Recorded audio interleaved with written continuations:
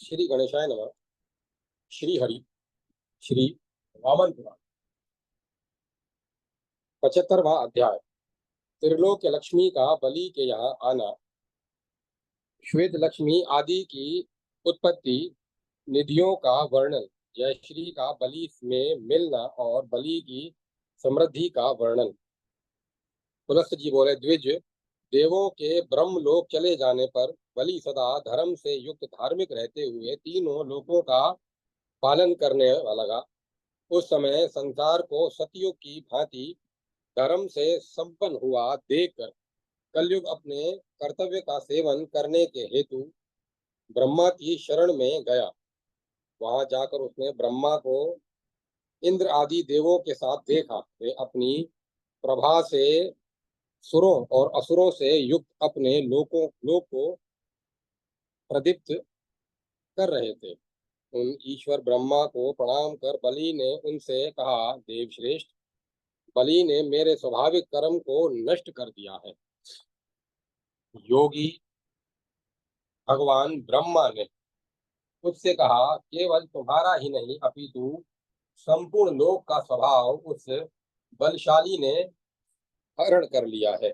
कले मरुत के साथ वरुण और देवेंद्र को देखो, बलि के पराक्रम से सूर्य भी निस्तेज से हो गए हैं।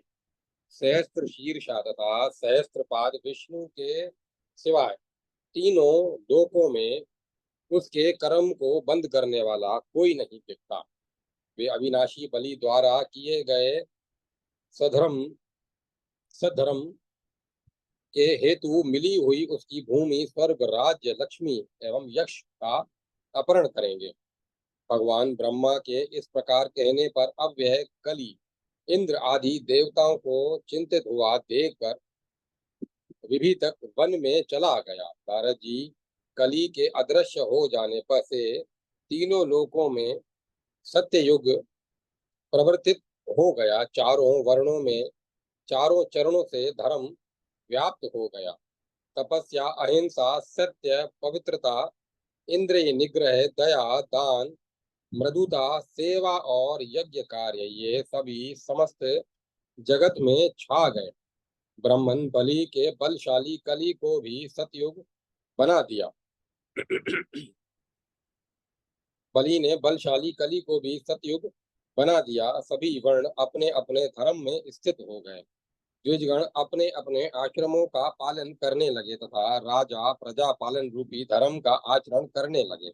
ब्राह्मण इन तीनों लोकों के धर्म परायण होने पर वरदायिनी त्रिलोक की लक्ष्मी दानवराज बलि के पास आई। इंद्र की लक्ष्मी को उपस्थित हुई देखकर बलि ने इंद्र की लक्ष्मी को उपस्थित हुई देखकर बलि ने पूछा, मुझे यह बतलाओ कि तुम कौन हो और किस उद्देश्य से आई हो। कमल की माला से अलंकृत लक्ष्मी ने उसकी बात सुनकर कहा, भले मैं हठात तुम्हारे पास आई हूँ। मैं जो स्त्री हूँ उसे सुनो। मैं जो हूँ उसे सुनो। अमित शक्तिशाली चक्र और गदा को धारण करने वाले देव विष्णु ने इंद्र को छोड़ दिया है। अतः मैं यहाँ तुम्हारे पास आई हूँ। उन्होंने रूप से संपन्न चार युवतियों की सृष्टि की। पहली युवती सत्व प्रधान था, श्वेत वर्ण की शरीर वाली, श्वेत वर्ण का वस्त्र धारण करने वाली, श्वेत माल्य और अनुलेपन से युक्त एवं श्वेत गज पर आरूढ़ थी। दूसरी युवती रजोगुण प्रधान था, रक्त वर्ण की शरीर वाली, रक्त वर्ण के वस्त्र को धारण करने वाली, रक्त वर्ण के माल्य और अनुलेपन से युक्त तथा रक्त वर्ण के अश्व पर आरूढ़ थी। तीसरी युवती तमोगुण प्रधानता, पित्त वर्ण के शरीर वाली, पित्त वर्ण का वस्त्र धारण करने वाली, पित्त वर्ण की माला और अनुलेपन से युक्त तथा स्वर्ण के बने रथ पर आरूढ़ थी। चौथी युवती त्रिगुण प्रधाना, नील शरीर वाली, नीले वर्ण का वस्त्र धारण करने वाली और एवं नीले वर्ण की माला, चंदन और अनुलेपन से युक्त तथा नील वर्ण के वृष पर आरूढ़ थी। सतव प्रधानता श्वेत वर्ण की शरीर वाली, श्वेत वस्त्र धारण करने वाली हाथी पर आरूढ़ युवती ब्रह्मा, चंद्रमा एवं चंद्रमा के अनुयायियों के पास चली गई। रजोगुण से युक्त रक्त वर्ण की शरीर वाली, रक्त वस्त्र धारण करने वाली एवं घोड़े पर आरूढ़ युवती को उन्होंने रुद्र, इंद्र, मनु तथा उनके समान वाले लोगों को प्रदान किया। कनक वर्ण की शरीर वाली, पित्त वर्ण के वस्त्र धारण करने वाली सौभाग्यवती रथ पर आरूढ़ा युवती को उन्होंने प्रजातियों, शुक्र एवं वैश्यों को दिया। नील वर्ण के वस्त्र को धारण करने वाली भ्रमर के समान वृक्ष पर स्थित चौथी युवती दानवों, नेतृत्वों, शूद्रों एवं विद्याधरों के पास चली गई। उस श्वेत रूपा को विप्र आदि सरस्वती कहते हैं। यज्ञ में वे ब्रह्मा के सहित उसका मंत्रादि से सदा स्तुति करते हैं। क्षत्रिय जन और उस रक्त वर्णा को जय श्री कहते हैं। असुर श्रेष्ठ व इंद्र तथा मनु के साथ यशोमती हुई। वैश्य तथा प्रजापति गण उस पित्तवसना कंकाग्नि की स्तुति सदा लक्ष्मी के नाम से करते हैं। दैत्यों एवं राक्षसों के साथ शूद्र गण श्री देवी के नाम से भक्ति पूर्वक उस नीलवर्णांगी की स्तुति करते हैं। इस प्रकार इन चक्र धारण करने वाले देव ने उन नारियों का विभाजन किया। अक्षय निधियों अक्षय निधियां उनके स्वरूप में स्थित हैं। इतिहास, पुराण, सांग, वेद, स्मृतियां, 64 कलाएं एवं महापद्म निधि श्वेतांगिनी के अंतर्गत है। मुक्ता, स्वर्ण, रजत, रथ, अश्व, गज, भूषण, शस्त्र, अस्त्र एवं वस्त्र स्वरूप पद्मानिधि रक्तांगी के अंतर्गत है। गौ, भैंस, गर्दभ, तुष्ट, सुवर्ण, वस्त्र, भूमि, औषधियां एवं पशु स्वरूप महानील निधि पितांगी में स्थित है। अन्य सभी जातियों को अपने में समाविष्ट करने वाली सारी जातियों में सर्वश्रेष्ठ जाति पर सामान्यात्मक स्वरूप शंख निधि की नीलांगी देवी में स्थित है। दानव इन निधियों के स्वरूप के अंतर्गत पुरुषों के जो लक्षण होते हैं, मैं उनका वर्णन कर रही हूँ, उन्हें समझो। दानव पते महापद्म के आश्रित रहने वाले मनुष्य सत्य एवं और सोच से युक्त तथा यजन, दान और उत्सव करने में लीन रहते हैं। पद्म के आश्रित रहने वाले मनुष्य यज्ञ करने वाले, सौभाग्यशाली, अहंकारी, मान प्रिय, बहुत दक्षिणा देने वाले तथा सर्वसाधारण लोगों से सुखी होते हैं। महानील के आश्रित रहने वाले व्यक्ति सत्य तथा असत्य से युक्त, देने और लेने में चतुर तथा न्याय, अन्याय और व्यय करने वाले होते हैं। भले शंख के आश्रित रहने वाले पुरुष नास्तिक, अपवित्र, कृपण, भोगहीन, चोरी करने वाले एवं असत्य बोलने वाले होते हैं। दानव, मैंने इस प्रकार आपसे उनके स्वरूप का वर्णन किया। वहीं रागिणी नाम की जयश्री में आपके पास आई हूँ। दानवपते, मेरी साधुजनों से अनुमोदित एक प्रतिज्ञा है। मैं वीर पुरुष का आश्रय करती हूँ, नपुंसक के पास कभी नहीं जाती। तीनों लोकों में आपके सदृश बलवान दूसरा कोई नहीं है। अपनी बल संपत्ति से तुमने मेरे में दृढ़ प्रीति उत्पन्न की है, क्योंकि संग्राम में पराक्रम कर तुमने देवराज को जीता है। दानव, इसी से आपके श्रेष्ठ सत्व एवं सभी से अधिक फल को देखकर आपके प्रति मेरी स्थायी एवं उत्तम प्रीति उत्पन्न हो गई है। अतः मैं अत्यंत बलशाली तथा मानी वीर आपके पास अपने आप में ही आई हूँ। दानव श्रेष्ठ, हिरण्यकश्यपु के वंश में उत्पन्न आप सुरेंद्र के लिए इस प्रकार के कर्मों के करने में कोई आश्चर्य नहीं है। राजन, शत्रुओं द्वारा अधिकृत त्रिलोक्य को अपने पराक्रम से जीत कर आपने दिति के पुत्र अपने प्रपितामह और विशिष्ट कर दिया है। दानवेंद्र बलि से इस प्रकार कहकर चंद्रवदना शुभा जय श्री बलि में प्रवेश करके उन्हें प्रकाशित करने लगी। उनके प्रवेश कर जाने पर ह्रीम श्री धी बुद्धि धृति कीर्ति प्रभा मति क्षमा भूति समृद्धि विद्या नीति दया श्रुति स्मृति धृति कीर्ति मूर्ति शांति क्रिया पुष्टि तुष्टि रुचि एवं अन्य सभी सत्व गुण के आश्रित अन्य देवियां भी विधवा स्त्रियों की भांति बलि की छत्र छाया में आनंद पूर्वक रहने लगी। अच्छी बुद्धि वाले आत्मनिष्ठ यज्ञ करने वाले तपस्वी कोमल स्वभाव वाले स्वयं वक्ता दानी अभावग्रस्तों के अभाव को दूर कर पालन पोषण एवं स्वजनों की रक्षा करने वाले दैत्य श्रेष्ठ महात्मा बलि इस प्रकार के गुणों से संपन्न थे। दानवेंद्र बलि के स्वर्ग का शासन करते समय कोई भूख से दुखी मलिन एवं अभावग्रस्त नहीं था। मनुष्य भी सदा शुद्ध धर्म परायण इंद्रिय विजयी एवं इच्छानुकूल भोग से संपन्न हो गए। इस प्रकार श्री वामन पुराण में 75वां अध्याय समाप्त हुआ। जय माता सरस्वती। जय माता सरस्वती। 76वां अध्याय प्रायश्चित हेतु इंद्र की तपस्या, माता के आश्रम में आना, अदिति की तपस्या और वासुदेव की स्तुति, वासुदेव का अदिति के पुत्र बनने का आश्वासन और सतेज से अदिति के गर्भ में प्रवेश। पुलस्त जी बोले, नारद जी, तीनों लोकों का राज्य दानवों के अधीन हो जाने पर शचीपति इंद्र देवों के साथ ब्रह्मलोक गए। वहां उन्होंने ऋषियों के साथ बैठे हुए कमल योनि ब्रह्मा एवं अपने पिता कश्यप को देखा।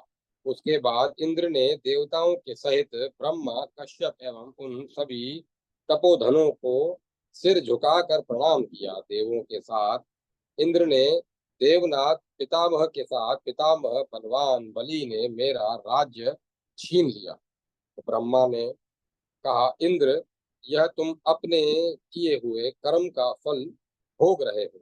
इंद्र ने पूछा, कृपया आप बतलाइए कि मैंने कौन सा दुष्कर्म किया है। कश्यप ने भी उत्तर में इंद्र से कहा, तुमने भ्रूण गर्भ स्थित बालक की हत्या की है। तुमने दिति के उदर में स्थित गर्भ को बलपूर्वक अनेक टुकड़ों में काट दिया।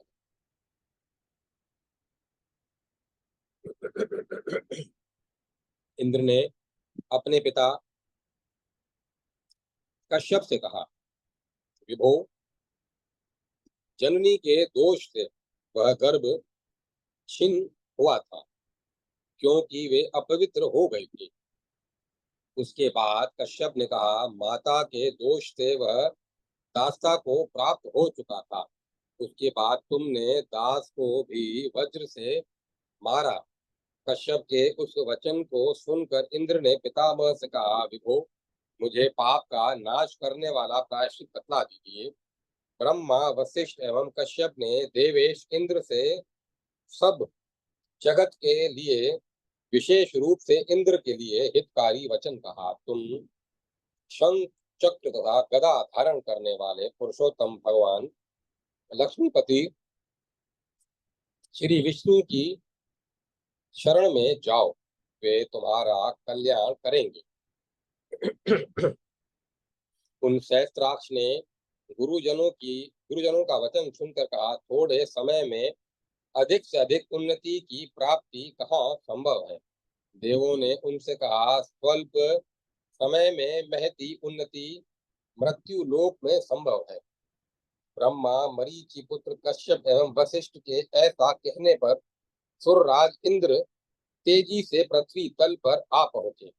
वे कालिंजर पर्वत के उत्तर, हिमाद्री के दक्षिण, कुश स्थल के पूर्व एवं वसुपुर के पश्चिम में स्थित विख्यात पुण्य स्थान में रहने लगे, जहां पहले राजा गय ने दक्षिणा के साथ 100 अश्वमेध यज्ञ, 1100 नरमेध यज्ञ तथा 1000 राजस्यु यज्ञ का अनुष्ठान किया था।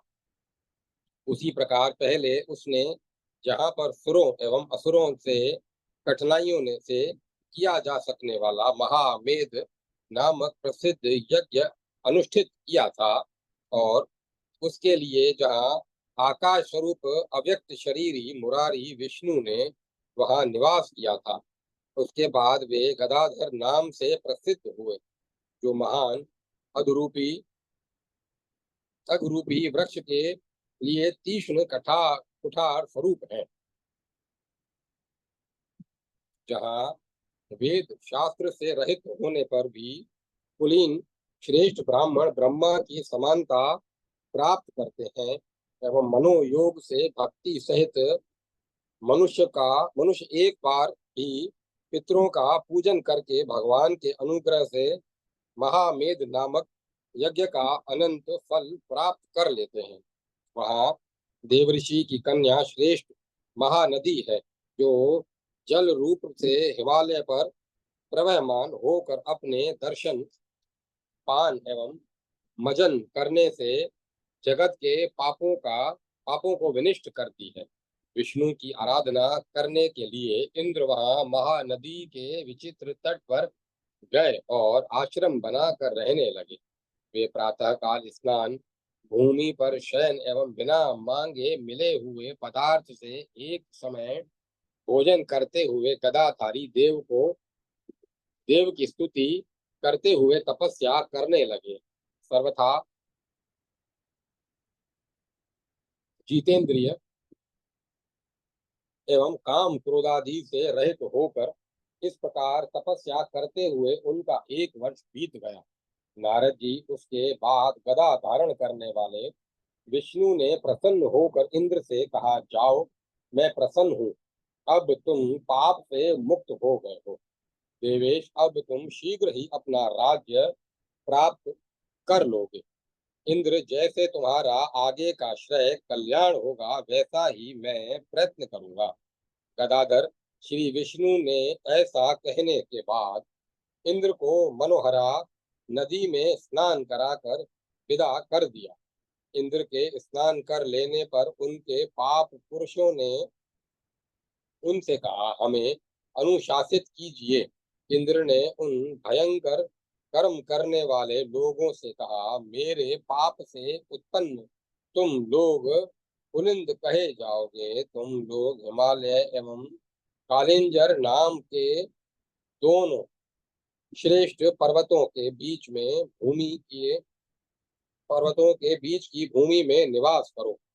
पुलिंदों से ऐसा कहने के पश्चात पाप से मुक्त हुए सुरराज देवों, सिद्धों एवं यक्षों ने पूजित होते हुए माता के धर्म के आश्रय रूप पूज्य आश्रम में चले गए।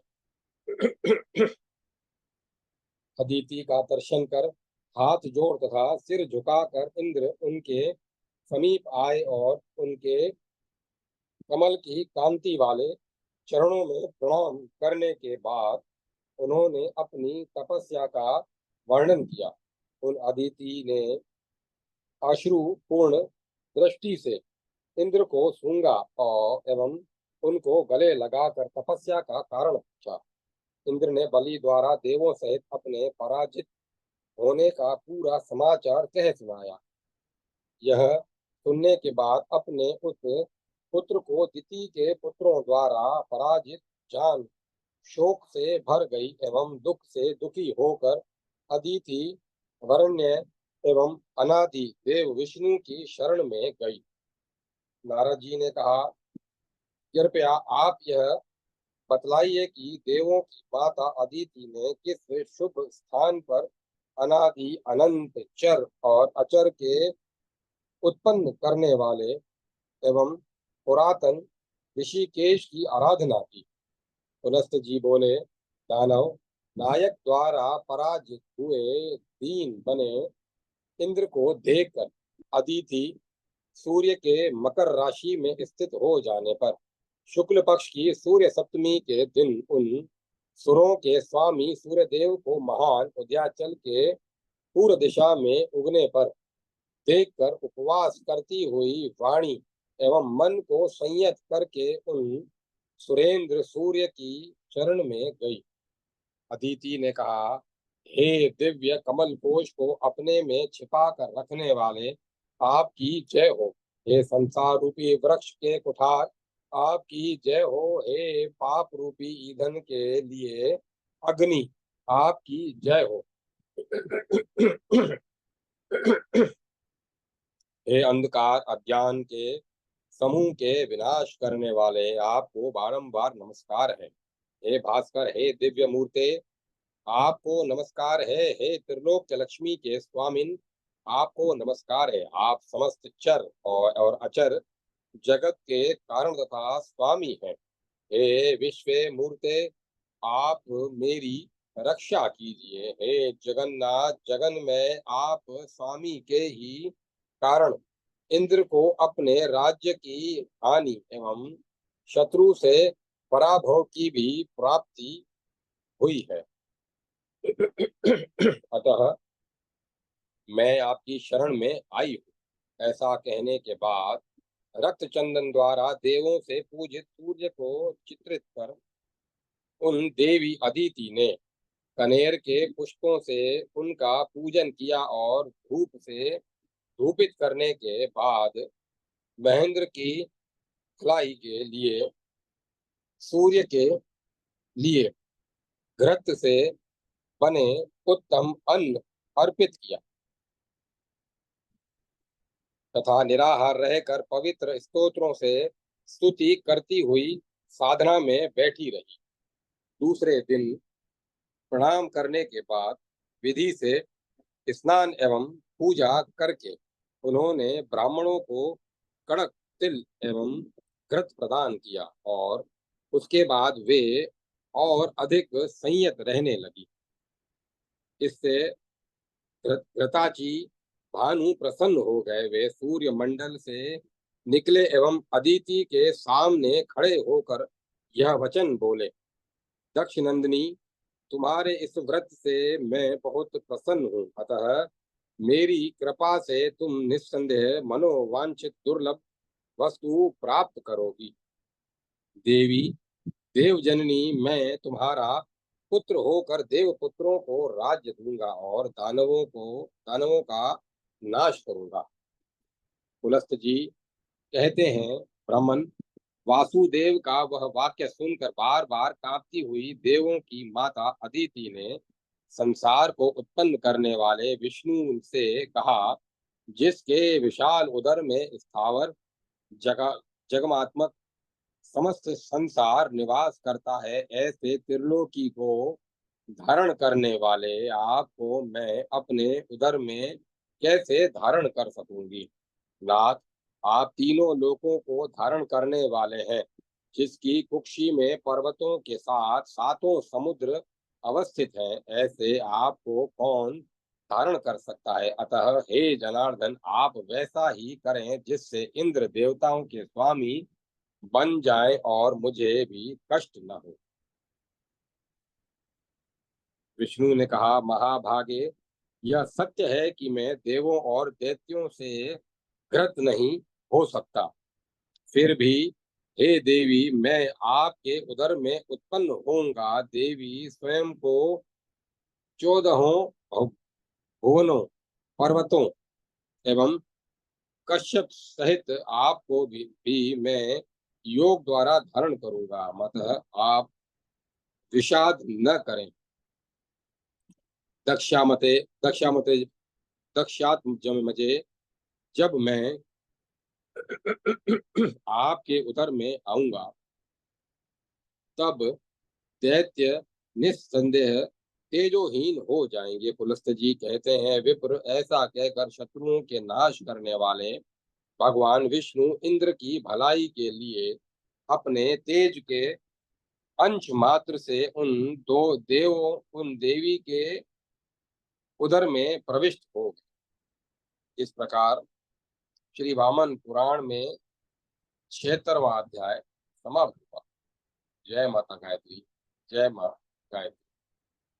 78वां अध्याय 77वां अध्याय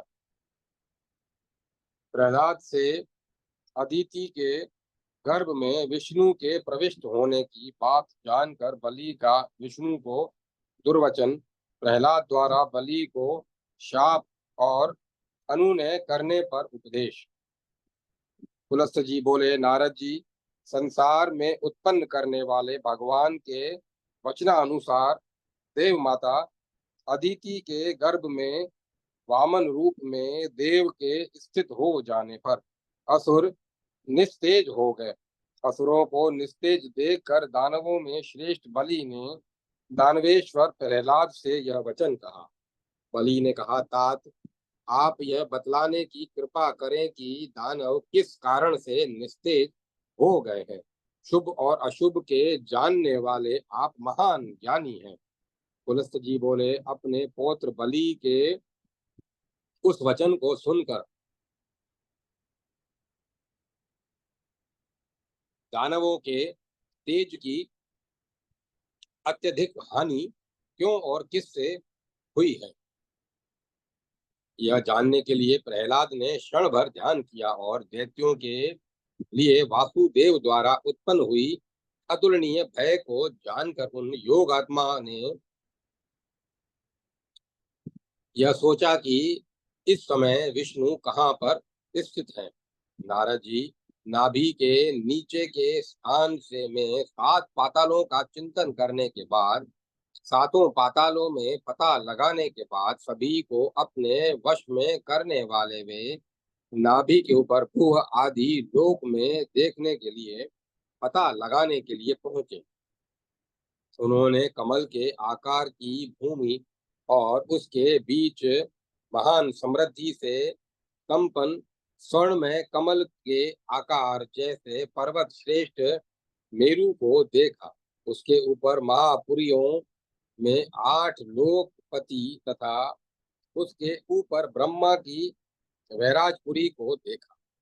उसके नीचे उन्होंने महान पुण्य से युक्त देवताओं से पूजित तथा पशु पक्षियों से भरे देव माता अदिति के आश्रम को देखा। मुने समस्त तेजों से भी अधिक तेजस्विनी उस देव माता अदिति को देखकर दानवपति प्रहलाद ने मधुसूदन को ढूंढने के लिए उनके उदर में प्रवेश किया। उन्होंने सभी प्राणियों में श्रेष्ठ वामन के रूप में उन जगतपति माधव को देव माता के उदर में देखकर सारे सुरों और असुरों से चारों ओर व्याप्त शरीर वाले शंख चक्र और गदा धारण करने वाले उन पुंडरीक नयन भगवान को देखा। उसी योग से योग के क्रम में वामन रूप को प्राप्त हुए दैत्यों के तेज को हरण करने वाले विष्णु को जानकर वे प्रकृति भाव में स्थित हो गए। उसके बाद मधुसूदन को प्रणाम कर महाबुद्धिमान प्रहलाद ने विरोचन पुत्र बलि से मधुर वचन कहा। प्रहलाद ने कहा, दैत्येंद्र, आप लोगों को जिससे भय प्राप्त हुआ है और जिस कारण दैत्य गण तेज से रहित हो गए हैं, वह सब मैं कहता हूँ, सुनो।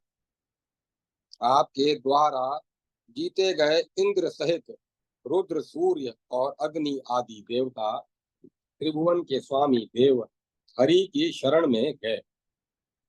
वे लोक गुरु महाबाहु हरि इंद्र आदि देवताओं को अभय देकर अदिति के उदर में अवतीर्ण हुए हैं। भले मेरा ऐसा विचार है कि उन्होंने तुम लोगों के तेज को हरण कर लिया। भले जैसा कि सूर्य उदय के होते ही अंधकार ठहर नहीं सकता। पुलस्त जी बोले, प्रहलाद के वचन को सुनकर क्रोध से होंठ फड़फड़ाते हुए बलि ने होनहार से प्रेरित होकर प्रहलाद से कहा।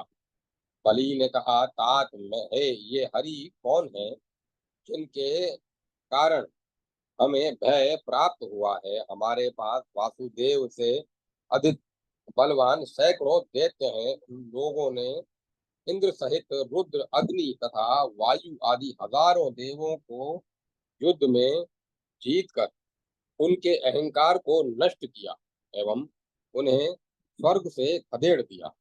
वे बलशाली विप्रचित्ती मेरी सेना का अगुआ है, जिसने दावा दावा बोलकर सूर्य के रथ से महान तीव्रगामी चक्र को खींच लिया था।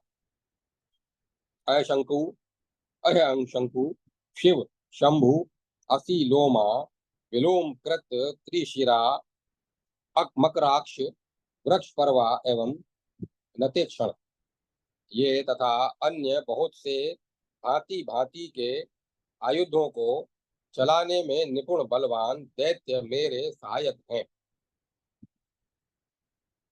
जिनमें हर एक की 16वीं कला के भी समान विष्णु नहीं है। पुलस्त जी ने कहा, पौत्र के इस वचन को सुनकर अत्यंत कुपित हुए उन प्रहलाद ने विष्णु की निंदा करने वाले बलि से कहा, पाप कर्मा दुष्ट बुद्धि, तुम मूर्ख को धिक्कार है। विष्णु की निंदा करते हुए तुम्हारी जीव क्यों नहीं गिर गई? दुर्बुद्धे दुर्मते, तुम शोक करने लायक और सज्जनों द्वारा निंदा किए जाने योग्य हो, क्योंकि तुम तीनों लोकों के गुरु विष्णु की निंदा कर रहे हो। निस्संदेह मैं भी शोक किए जाने लायक हूँ, जिसने तुम्हारे उस पिता को जन्म दिया जिससे तुम देवताओं की निंदा करने वाले तथा उग्र पुत्र हुए। निश्चय ही तुम और ये महासुर भी जान जानते हैं कि जनार्दन से अधिक दूसरा कोई मेरा प्रिय नहीं है। विष्णु मुझे प्राणों से भी अधिक प्रिय है। यह जानते हुए भी तुमने सर्वेश्वर देव की निंदा किस प्रकार की? तुम्हारे पिता तुम्हारे लिए गुरु एवं पूजनीय है, उनका भी गुरु तथा पूजनीय मैं हूँ। लोक गुरु भगवान विष्णु मेरे भी पूजनीय और गुरु हैं। मूढ़ पापिन, गुरु के भी गुरु तुम्हारे लिए पूज्य एवं पूज्यतम हैं। तुम पूजनीय की निंदा करते हो, इसीलिए तुम नीचे क्यों नहीं गिर गए? तुमने दुराचरण करने वाले उन दानवों को शोचनीय बना दिया, क्योंकि वासुदेव की निंदा करने वाले कठोर स्वभाव के तुम इनके राजा हो। पाप का आचरण करने वाले यतः तुमने पूजनीय एवं अर्चनीय विष्णु की निंदा की है, अतः तुम्हारे राज्य का विनाश होगा, क्योंकि मन कर्म एवं वाणी से मेरा कश्यप से अधिक दूसरा कोई प्रिय नहीं है। अतः राज्य से भ्रष्ट होकर तुम अधपतित हो जाओ, क्योंकि 14 लोकों में उनसे भिन्न दूसरा कोई नहीं है। अतः राज्य भ्रष्ट होकर तुम पतित हो जाओ, क्योंकि संसार में सभी भूतों का वासुदेव के अतिरिक्त दूसरा कोई आधार नहीं है। अतः मैं तुम्हें राजच्युत हुआ देखूं। पुलस्त जी बोले, ब्राह्मण, इस प्रकार कहे जाने पर बलशाली बलि शीघ्र ही आसन से नीचे उतरा और हाथ जोड़कर उसने सिर से झुककर प्रणाम कर कहा, गुरु, मेरे ऊपर आप प्रसन्न हो। बड़े लोग अपराध करने पर भी बालकों को क्षमा करते हैं। दानवेश्वर, आपका मुझे शाप देना ठीक है, मैं शत्रुओं से तथा राज्य के विनाश होने से भयभीत नहीं हूँ। विभो, मुझे राज्य से भ्रष्ट हो जाने का कष्ट भी नहीं है, परंतु आपका अपराध करने का मुझे सबसे अधिक दुख है। इसीलिए तात आप मेरे अपराध को क्षमा करें। मैं एक अनाथ दुर्बुद्धि शिशु हूँ। गुरुजन दोष करने पर भी आर्त बने हुए बालकों को क्षमा कर देते हैं। फिर पुलस्त जी बोले, इस प्रकार के वचन कहने पर विष्णु के चरणों में श्रद्धा रखने वाले ज्ञानी महात्मा प्रहलाद ने बहुत देर तक विचार कर पौत्र से इस प्रकार अद्भुत एवं वचन कह दी मधुर वचन यह मधुर यह वचन कहा। प्रहलाद ने कहा, तात अज्ञान ने मेरे ज्ञान एवं विवेक को ढक दिया था। इसी से विष्णु को सर्वव्यापी जानते हुए भी मैंने तुम्हें श्राप दे दिया। दानव निश्चय ही तुम्हारी इस प्रकार की होनहार थी। इसी से विवेक का प्रतिबंधक विषय वासना रूप अज्ञान मुझ में प्रवेश कर गया था। इसीलिए विभो, राज्य के लिए कष्ट मत करो।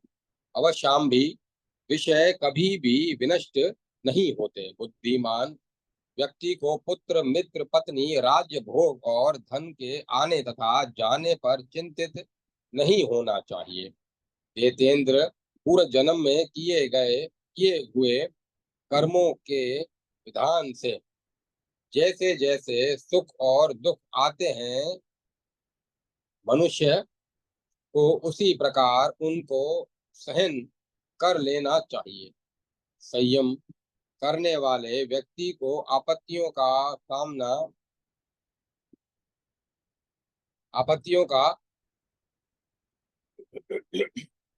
संयम करने वाले व्यक्ति को आपत्तियों का आगमन देखकर पीड़ित नहीं होना चाहिए एवं अत्यंत अधिक संपत्ति को देखकर धीरता नहीं खो देनी चाहिए। उत्तम पुरुष धन के नष्ट होने पर चिंता एवं धन की प्राप्ति होने पर हर्ष नहीं करते। वे कर्तव्य कर्म के प्रति सदा धीर बने रहते हैं। देतेंद्र, इस प्रकार जानकर तुम्हें किसी प्रकार का शोक नहीं करना चाहिए। तुम विद्वान हो। विद्वान व्यक्ति दुखी नहीं होते। महाबाहु, तुम अपने लिए तथा अन्यों के लिए महान अर्थपूर्ण एवं कल्याणकर वचन सुनो और सुनकर वैसा ही करो। दानवेंद्र, तुम उन्हीं शरणागत की रक्षा करने वाले पुरुषोत्तम की शरण में जाओ। वे ही इस भय से तुम्हारी रक्षा करेंगे।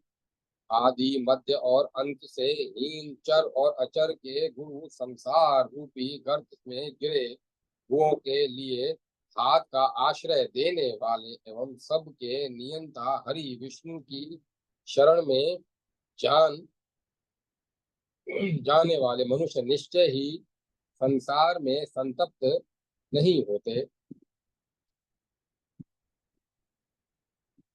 दानव श्रेष्ठ, अब तुम अपना मन उन्हीं में लगाकर उनके भक्त बनो। वे जनार्दन ही तुम्हारा कल्याण करेंगे। मैं भी पाप के विनाश के लिए ईश्वर की आराधना कर तीर्थ यात्रा करने जाऊंगा और पाप से विमुक्त होकर मैं वहां जाऊंगा जहां लोकपति अच्युत नरसिंह है। पुलस्त जी बोले, इस प्रकार बलि को आश्वासन देने के बाद महात्मा प्रहलाद ने योग के अधिपति विष्णु का स्मरण किया और दानव समूहों के पालकों से अनुमति लेकर तीर्थ यात्रा करने चले। इस प्रकार श्री वामन पुराण में 77वां अध्याय समाप्त हुआ। जय माता सरस्वती। जय माता सरस्वती। 78वां अध्याय। प्रहलाद की तीर्थ यात्रा, दुंदु और वामन प्रसंग, दुंदु का यज्ञानुष्ठान, वामन का प्रादुर्भाव और उनके लिए दान देने का दुंदु का निश्चय, वामन का त्रिविक्रम होना और दुंदु का वध। नारद जी ने कहा, श्रेष्ठ विप्र प्रहलाद क्रमशः किन किन तीर्थों में गए, कृपया आप मुझसे प्रहलाद की तीर्थ यात्रा का भली भांति वर्णन कीजिए। पुलस्त जी बोले, नारद जी सुनिए, मैं आपके पाप रूपी कीचड़ को नष्ट करने वाली और एवं पवित्र पुण्य को देने वाली प्रहलाद की तीर्थ यात्रा को कहता हूँ। स्वर्ण में श्रेष्ठ मेरु पर्वत को छोड़कर वे सबसे पहले देवों से सेवित और पृथ्वी में प्रसिद्ध कल्याणदायी मानस तीर्थ में गए, जहाँ मत्स्य शरीरधारी मत्स्य शरीरधारी देवादिदेव मत्स्य अवतारी निवास करते हैं। उस समय तीर्थ में स्नान और पितृ देव तर्पण कर उन्होंने वेद मंत्रों से अच्युत भगवान विशेष विश्वेश का पूजन किया। फिर वहां उपवास रहकर देवों, ऋषियों, पितरों और मनुष्यों की यथा योग्य पूजा कर कौशिकी में अवस्थित पाप का नाश करने वाले भगवान कश्यप का दर्शन करने गए। उस महानदी में स्नान करने के बाद उन्होंने जगत स्वामी भगवान की पूजा की और उपवास व्रत करके पवित्र होकर ब्राह्मणों को दक्षिणा दी। उसके बाद कच्छप अवतार जगन्नाथ भगवान को नमस्कार कर वे वहां से कृष्ण नाम के अश्वमुख भगवान का दर्शन करने चले गए। वहां उन्होंने देवह्रद में स्नान कर देवों एवं पितरों का तर्पण किया और यह गिर्व भगवान का अर्चन कर वे हस्तिनापुर चले गए। वहां स्नान करने के बाद चक्रपाणी विश्वपति गोविंद देव की विधि से पूजा करने के बाद वे यमुना नदी के पास पहुंच गए। उसमें स्नान करके पवित्र होकर उन्होंने ऋषियों, पितरों और देवों का तर्पण किया था। देवों के देव जगन्नाथ त्रिविक्रम वामन भगवान का दर्शन किया। नारद जी ने पूछा, इस समय जगत स्वामी भगवान विष्णु तीनों लोकों को आक्रांत करने वाले विशालतम देह धारण करेंगे और बलि को बांधेंगे, तो वे भगवान विष्णु पहले समय में भी कैसे त्रिविक्रम हुए थे और उस समय उन्होंने किसका बंधन किया था, यह मुझे बतलाइए। पुलस्त जी बोले, नारद जी वे त्रिविक्रम भगवान कौन है, कब हुए और उन्होंने किसको ठगा, यह सब तो आपने पूछा है उसे मैं कहता हूँ। यह सब जो आपने पूछा है उसे मैं कहता हूँ, आप सुनिए। धनु के गर्भ से उत्पन्न अत्यंत बलवान एवं पराक्रमी धुंधु नाम से प्रसिद्ध कश्यप का एक औरस पुत्र था। नारद जी उस दैत्य ने तपस्या से वरदानी ब्रह्मा की आराधना करके उनसे इंद्र आदि देवताओं से अपने को अवध्य होने की याचना की। उसकी तपस्या से प्रसन्न होकर कमल योनि ब्रह्मा जी ने उसे वह वांछित वर दे दिया। उसके बाद वह बलवान धुंधु स्वर्ग में चला गया। चतुर्थ कलयुग में चतुर्थ कलयुग के आदि में हिरण्यकश्यपु के वर्तमान रहते समय धुंधु इंद्र सहित देवों को जीत कर स्वयं इंद्र बन गया। उस समय धुंधु का आश्रय लेकर बलवान दैत्य हिरण्यकश्यपु मंदर पर्वत पर स्वच्छंदता से विचरण कर रहा था। दैत्यगण भी स्वच्छंदता से स्वर्ग में विचरण करने लगे। इससे सभी देवता दुखी होकर ब्रह्मलोक में जाकर रहने लगे। तब देवताओं का ब्रह्मलोक में रहना सुनकर धुंधु ने दैत्यों से कहा, दैत्यों, इंद्र सहित देवों के जीते जीतने के लिए हम लोग अब ब्रह्मलोक चले। धुंधु का वचन सुनकर उन दैत्यों ने कहा, लोकपाल, हम लोगों में ये वह गति नहीं है जिससे पितामह ब्रह्मा के लोक में जा सके। वहां का मार्ग बहुत दूर एवं विहड़ है। वहां से हजारों योजन दूर महर्षियों से सेवित मह नाम का लोक है। उन ऋषियों की सहसा दृष्टि पड़ते ही समस्त दैत्य जल जाते हैं। उससे भी आगे कोटि योजन दूर जन नामक एक लोक है, जहाँ गौ माताएं रहती हैं। महासुरेंद्र उनकी बुद्धि में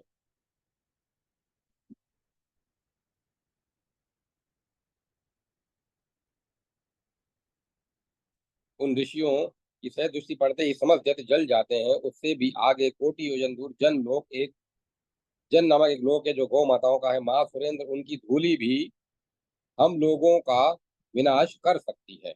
उसके बाद 6 करोड़ योजन की दूरी पर तपस्वियों से भरा तप लोक है।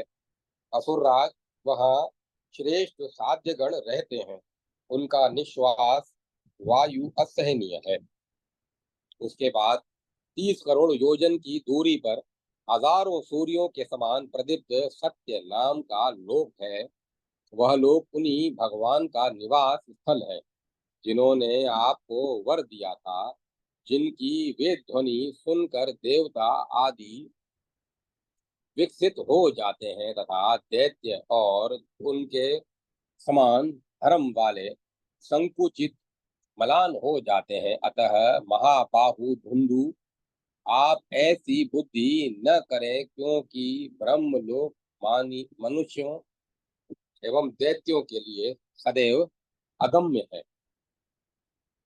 उनकी बात सुनकर भी देवों को जीतने के लिए ब्रह्म लोक जाने की इच्छा वाले धुंधु ने दानवों से फिर कहा, दानव श्रेष्ठों, वहां कैसे और किस कर्म से जाया जा सकता है? इंद्र देवों के साथ वहां कैसे पहुंचे? धुंधु के पूछने पर उन श्रेष्ठ दानवों ने कहा, हम लोग उस कर्म को तो नहीं जानते, किंतु शुक्राचार्य उसको निस्संदेह जानते हैं। दैत्यों का वचन सुनकर धुंधु ने दैत्यों के पुरोहित शुक्राचार्य से पूछा, आचार्य जी, किस कर्म को करने से ब्रह्मलोक में जाया जा सकता है? पुलस्त जी कहते हैं, कली प्रिय, उसके बाद दैत्यों के गुरु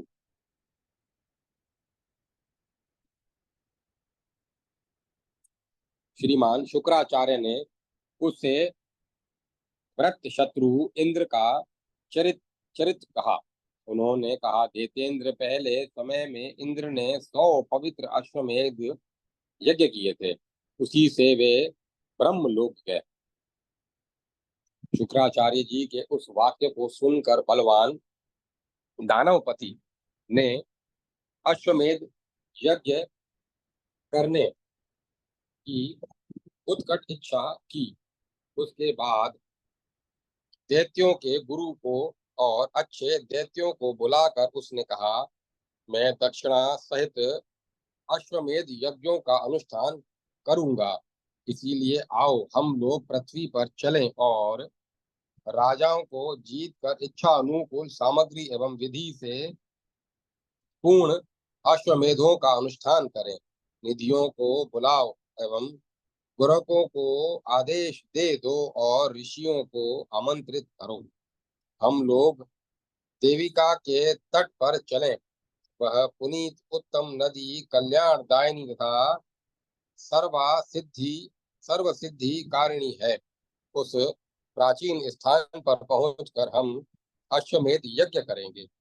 देवों के शत्रु धुंधु के उस वचन को सुनकर दैत्यों के यज्ञ कराने वाले शुक्राचार्य ने ठीक है ऐसा कहा और प्रसन्नता पूर्वक उन्होंने निधियों को आदेश दे दिया। उसके बाद भार्गव श्रेष्ठ शुक्राचार्य ने पापों का नाश करने वाले देविका के प्राचीन तट पर अश्वमेध यज्ञ के अनुष्ठान के लिए धुंधु को दीक्षित किया।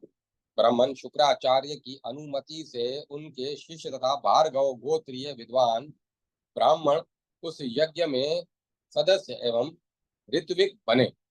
मुने शुक्राचार्य की अनुमति से दैत्य स्वामी ने सर्व भानु आदि असुरों को देवों के स्थान पर यज्ञ भाग का रक्षक और भोक्ता बनाया। उसके बाद यज्ञ आरंभ हुआ और दिग्विजय सूचक अश्व छोड़ा गया। असीलोमा नाम का विराट दैत्य घोड़े के पीछे उसकी रक्षा के लिए चला। महर्षि, उसके बाद यज्ञ के धुएं से पहाड़ों के साथ पृथ्वी आकाश दिशाएं और विदिशाएं भर गई। आकाश में फैले हुए उस आकाश में फैले उस उत्कट सुगंध वाले धुएं से मिली हुई वायु ब्रह्मलोक में बहने लगी। उस गंध को सूंघकर देवगण उदास हो गए। उन्हें यह पता चल गया कि धुंधु ने अश्वमेध की दीक्षा ग्रहण की है और यज्ञानुष्ठान कर रहा है। उसके बाद वे इंद्र सहित संसार के आश्रय और शरण देने वाले भगवान जनार्दन की शरण में गए।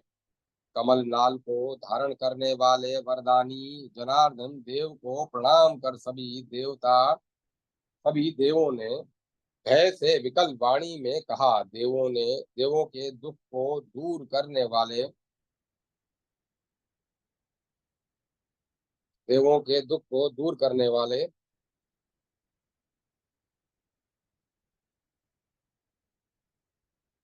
तथा चर और अचर के कल्याण करने में नित्य उदत रहने वाले देवादिदेव विष्णु, आप हमारा निवेदन सुने।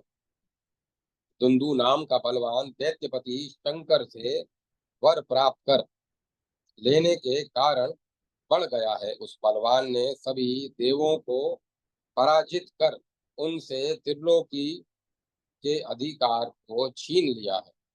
हरे, पिनाक धारण करने वाले शंकर के सिवा हम देवों का कोई रक्षक न होने से वह असुर उपेक्षित रोग की तरह बहुत बढ़ गया है। इस समय वह ब्रह्मलोक में शरण लिए हुए रहने पर भी हम लोगों को फिर जीतने के लिए तैयार होकर शुक्राचार्य के मत के अनुसार अश्वमेध यज्ञ में दीक्षित हो गया है। वह दैत्य धुंधु 100 अश्वमेध यज्ञ करके देवताओं पर विजय पाने के लिए ब्रह्मलोक में आक्रमण करना चाहता है। इसीलिए जगत गुरु, आप उसके यज्ञ को विध्वस्त करने का उपाय बिना समय बिताए तत्काल सोचें, जिससे हम लोग निश्चित हो जाएं। सभी देवताओं को अभयदान देकर उन महाबाहु ने उन देवताओं को लौटा दिया और उस महान धर्मध्वजी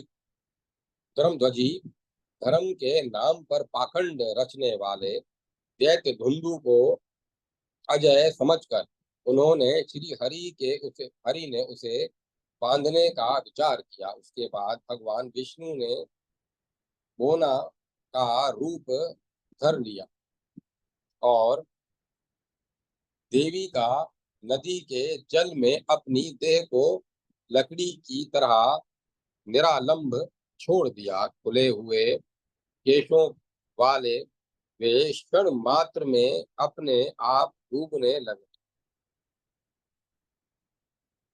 अपने आप डूबने उतराने लगे। उसके बाद दैत्यपति ने तथा अन्य दैत्यों एवं ऋषियों ने उन्हें देखा। उनके बाद व्याकुल होकर वे श्रेष्ठ ब्राह्मण यज्ञ के सभी काम छोड़कर उस ब्राह्मण को निकालने के लिए दौड़े। सभी दैत्य यजमान एवं अति तेजस्वी ऋतुजों ने डूबते हुए बोना के आकार वाले ब्राह्मण को नदी के जल से बाहर निकाला और उससे पूछा,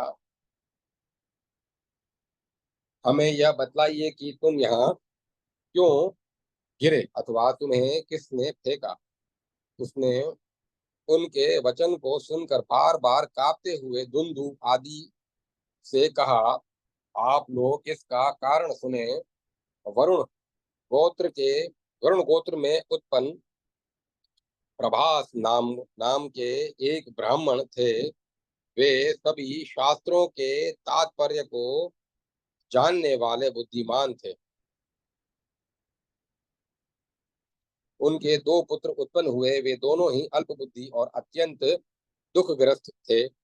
उनमें मेरा बड़ा भाई और मैं छोटा हूँ।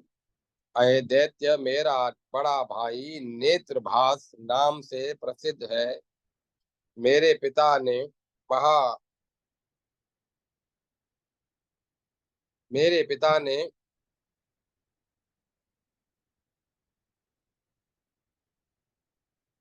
कौतूहलवश मेरा नाम गतिभास रख दिया। महासुर धुंधो, मेरे पिता का निवास स्थान सुंदर आनंददायक स्वर्गीय गुणों से युक्त एवं मनोहर था। उसके बाद बहुत दिनों के पश्चात हम दोनों के पिता स्वर्ग चले गए। उनकी दाह संस्कार आदि श्राद्ध क्रिया करके हम दोनों भाई घर आ गए। उसके बाद मैंने अपने उन बड़े भाई से कहा, हम दोनों आपस में घर का बंटवारा कर लें। उसने मुझसे कहा, तुम्हारा हिस्सा नहीं है, क्योंकि कुबड़े बोने लंगड़े हिजड़े चरक वाले पागल और अंधों का धन में हिस्सा नहीं होता। उन्हें केवल सोने भर का स्थान तथा अपनी इच्छा के अनुसार अन्न भोग का अधिकार दिया जाता है। वे संपत्ति भागी नहीं होते अधिक नहीं वे संपत्ति भागी अधिकारी नहीं होते। ऐसा कहने पर मैंने उससे कहा कि अपने पिता के घर में धन के आधे हिस्से का अधिकारी मैं इस न्याय से क्यों नहीं हूँ।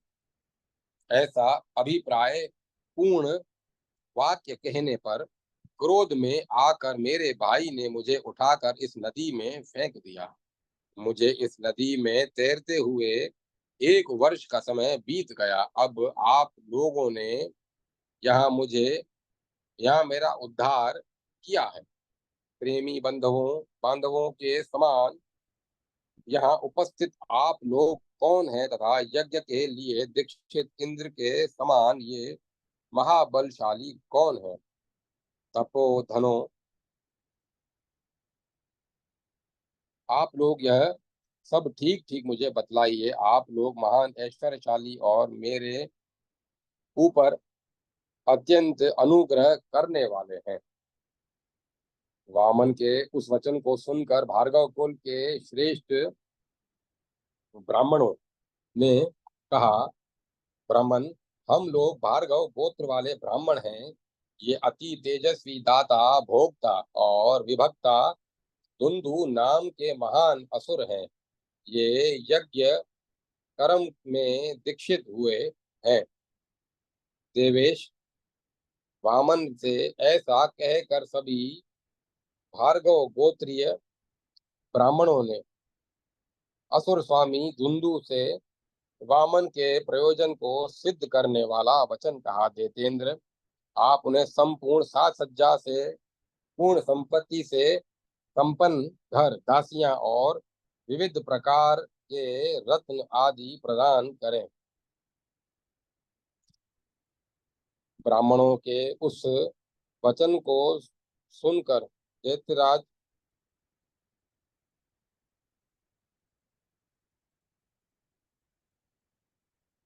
ब्राह्मणों के वचन को सुनकर असुरराज धुंधु ने यह वचन कहा, द्विजेंद्र, मैं आपको आपकी इच्छा के अनुकूल धन दूंगा।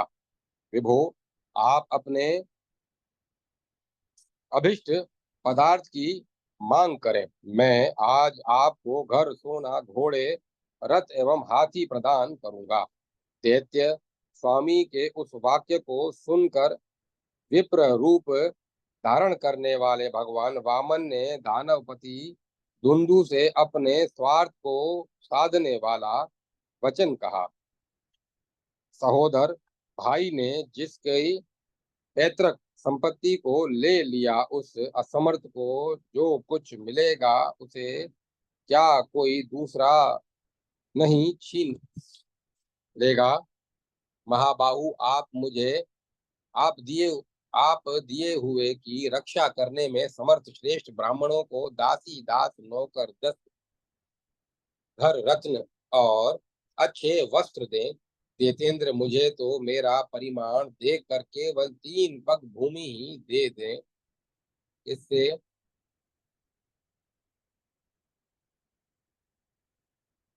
अधिक की रक्षा करने में मैं समर्थ नहीं हूँ। उन विप्र वामन महात्मा के ऐसा वचन कहने पर जब उन्होंने और कुछ ग्रहण नहीं किया, तब ऋत्विजों सहित दानवपति ने हंसकर उन द्विजेंद्र को 3 पग भूमि प्रदान कर दी। महान असुरेंद्र द्वारा 3 पग भूमि प्रदान की हुई देखकर अनंत शक्ति वाले यशस्वी और विभु वामन भगवान ने तीनों लोकों को नाप लेने के लिए त्रिविक्रम विराट त्रिविक्रम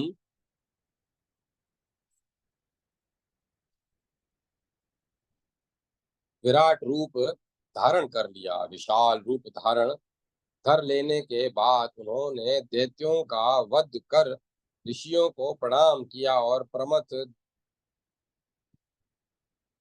पाद न्यास से ही पर्वत, सागर, रत्नों की खान एवं नगरों से युक्त पृथ्वी को नाप कर ले लिया। देवताओं का प्रिय करने की इच्छा वाले भगवान वामन देव ने द्वितीय पग से तुरंत ही देवताओं के निवास स्वर्ग के साथ ही भूवर लोक, इन चंद्र, सूर्य एवं नक्षत्र से मंडित आकाश को भी ग्रहण कर लिया। उनका तृतीय पाद कर्म जब पूरा नहीं हुआ तो अत्यंत क्रोध से भगवान त्रिविक्रम मेरु के समान शरीर से दानव श्रेष्ठ की पीठ पर गिर पड़े।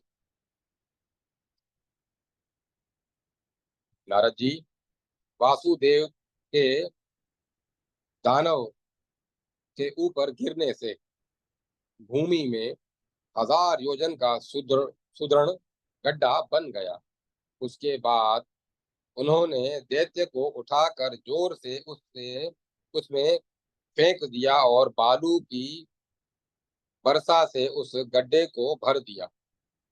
उसके बाद वासुदेव की कृपा से इंद्र ने स्वर्ग पा लिया और उपेंद्रों से रहित संपूर्ण देवों को त्रिलोकी की प्राप्ति हो गई। कालिंदी भी अपना स्वरूप धारण कर वहीं अंतर्हित हो गई। प्राचीन काल में इस प्रकार धुंधु को जीतने के लिए विष्णु भगवान वामन तथा उसके बाद त्रिविक्रम बने महर्षि नारद वह पुण्यात्मा देतेंद्र पुत्र प्रहलाद तीर्थ यात्रा के प्रसंग में उसी आश्रम में गया। इस प्रकार श्री वामन पुराण में 78वां अध्याय समाप्त हुआ। जय माता सरस्वती। जय माता सरस्वती। ओम नमः शिवाय। ओम नमो भगवते वासुदेवाय। ओम नमो नारायण। ओम तत्सत। ओम तत्सत। ओम। अब कथा को विराम दिया जाता है।